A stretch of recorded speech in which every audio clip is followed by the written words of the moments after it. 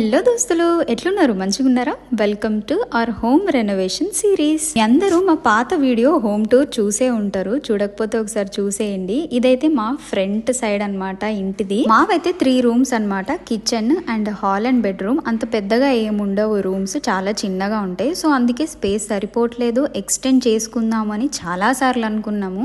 కాకపోతే ఎంత ఖర్చు అవుతుంది ఏంటి అని చాలా డౌట్స్ ఉండే మాకు. ఇక తమ్ముడు మ్యారేజ్ ఉంది కదా అని చెప్పి తమ్ముడు కూడా కొద్దిగా చేంజెస్ చేసేది ఉంది ఇంటికి అని చెప్పి రెండు కలిపి ఒకటేసారి మాట్లాడుకున్నాం మేము.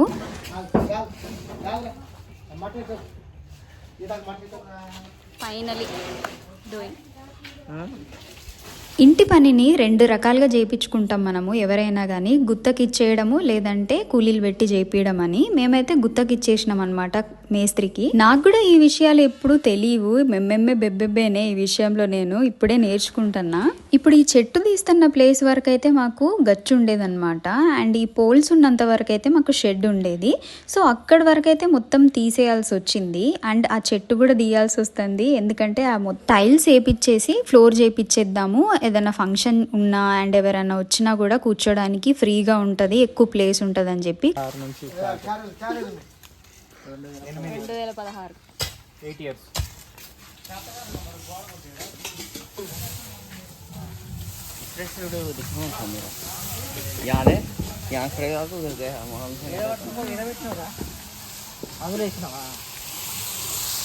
పక్కింట్లో వేసుడే ఏదున్నా వేసేయండి పక్కింట్లో.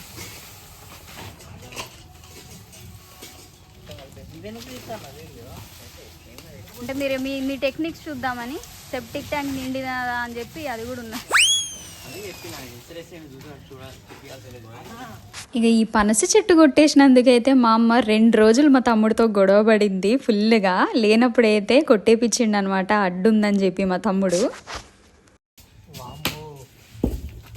ఏమి చీమలా గట్టిగా ఉందా? మీరు వేసుకుంటారు, చీమలు ఉన్నాయి ఫుల్గా.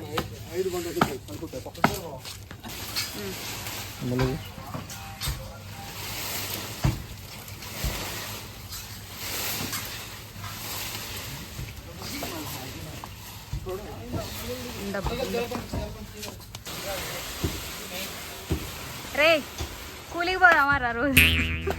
అడ్డ మీద పోదామా? లడ్డు డబ్బులు వస్తాయి కానీ.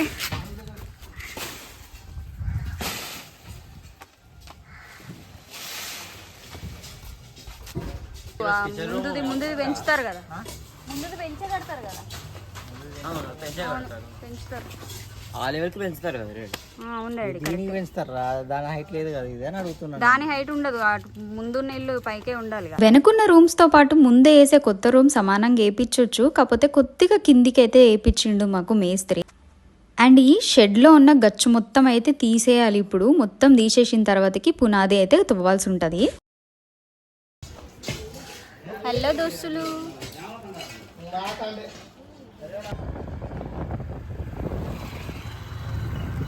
ఇప్పుడే గారా వచ్చింది. నేను డ్యూటీ నుంచి జాలి కరుణ ఏం లేకుండా నైట్ షిఫ్ట్ చేసినామని పట్టుకొని తిరుగుతారు. నైట్ షిఫ్ట్ చేసిన 2 రోజులు, మళ్ళీ 2 రోజులు కంప్లైంట్ ఎదురలేకుండా చిన్న ఉండవు. ఇక అదే లాస్ట్ అయ్యి ఈ విడుతులో తగ్గేయడం అట్లా ఏముండదు. అదే ఇక అదే లాస్ట్ అయ్యి 3 కణాలల్లా 6.5 గుమ్మలు 6. ఓకే, కిటికీలు 6 కావాలంటే ఇదొకటి, ఇంకా 3 కావాలి. ఇది కాక 3 కిటికీలు కావాలి. సైజ్ దాని సైజ్ ఎంత? 2. ఇగో ఇది అది 4 హైట్, అది 3.5 హైట్. మెస్ అనుకో, మెస్ మనకు ఒక 1600 దాకా పడుతుంది. అందులోనే ఈ రాటుతో వస్తుంది 800. భయపెట్టి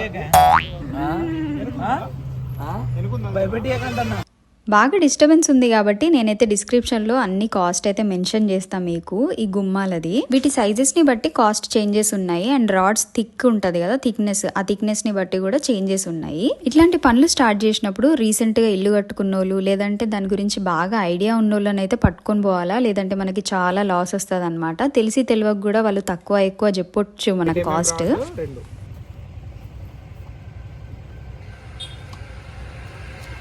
ఇంకోటేమో 2 మెస్సులు బాగానే రాస్తాను.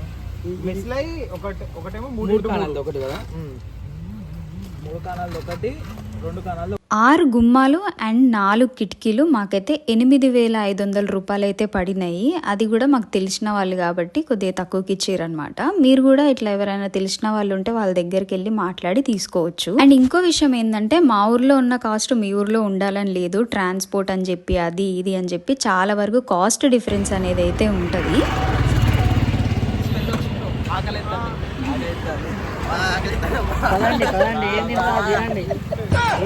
నైట్ షిఫ్ట్ చేసి మార్నింగ్ 8:30 కల్లా వచ్చేసరికి పదక్క తొందరగా వెళ్ళి గుమ్మాలు కిటికీలు తీసుకొచ్చేద్దామంటే బయలుదేరిపోయినాం. మేమందరం ఎవ్వరం టిఫిన్ చేయలే అనమాట. మొత్తం మాట్లాడుకొని సెటిల్ చేసుకొని గుమ్మాలన్నీ ఇంటికి పంపించేసరికి మాకైతే 10:30 అయిపోయింది.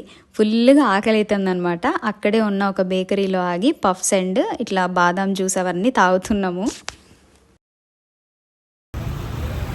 అరే మీరు అనుకున్నది కరెక్టేరా, చూడండి క్రాబ్స్ కోసమే ఉన్నా.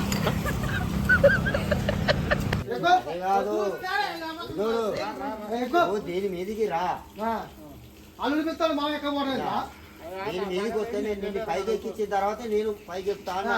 నువ్వు కింద నాకు ఎక్స్ట్రా బండి అని మొత్తం పైకి ఎక్కాను. నాకు పండిపోవడం ఛాన్స్. ఎందుకు వస్తావు నువ్వు? రూపాయలు పోయినా పర్లేదు, మందాన పోతా కానీ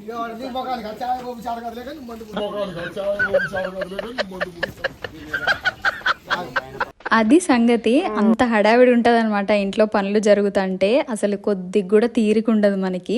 ఫైనల్లీ షెడ్ అంతా తీసేసి పునాది కోసం అయితే తవ్విర్రు. ఆల్రెడీ మమ్మీ పునాది తీపిచ్చే షెడ్ వేయించింది కాబట్టి మాకు పునాది వేయడానికి అవసరం లేకుండే. నెక్స్ట్ డే మాత్రము ఆ వంట రూమ్ అంతా తీసేసి ముందు గోడలు లేపేదైతే ఉంటది. సో దీనికి ముందే మేము ఇటుకలు, సిమెంట్ అండ్ ఇసుక ఇవన్నీ ముందే చెప్పి పెట్టుకున్నాం అనమాట. మేస్త్రితో చెప్పి ఆయన ఎన్ని తెప్పించామంటే అన్ని తెప్పించి ముందే పెట్టేసినాము. మరి హోమ్ రెనోవేషన్ మీద మీ థాట్స్ ఏంటో కమెంట్ చేసేయండి దోస్తులు. బాయ్ బాయ్ దోస్తులు.